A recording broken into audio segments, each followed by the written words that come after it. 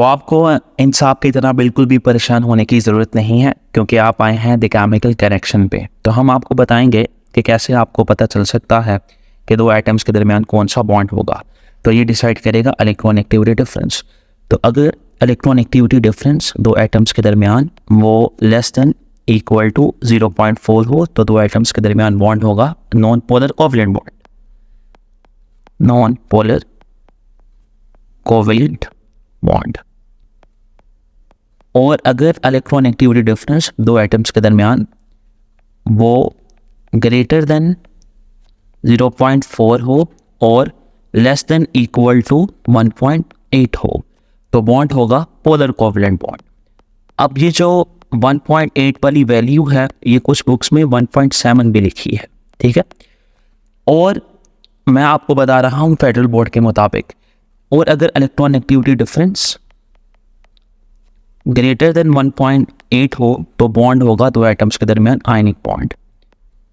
तो हम लोग इसकी एग्जांपल्स देखते हैं। फॉर एग्जांपल, अगर दो ऑक्सीजन एटम्स के दरमियान हम बॉन्ड देखें, ऑक्सीजन और ऑक्सीजन में डबल बॉन्ड होता है, तो एक ऑक्सीजन की इलेक्ट्रॉनिकटिविटी की वैल्यू होती है 3.44 और दूसरे ऑक्सीजन एटम की भी इलेक्ट्रॉनिकटिविटी की वैल्यू होगी 3.44, तो डिफरेंस हो जाएगा 0।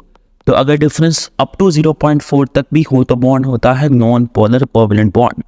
इसका मतलब ये है कि ऑक्सीजन और ऑक्सीजन के दरमियान जो बॉन्ड है वो नॉन पोलर कोवलेंट बॉन्ड है। अब हम एग्जांपल देखते हैं मिथाइल क्लोराइड की। मिथाइल क्लोराइड में बॉन्ड है कार्बन और क्लोरीन के दरमियान।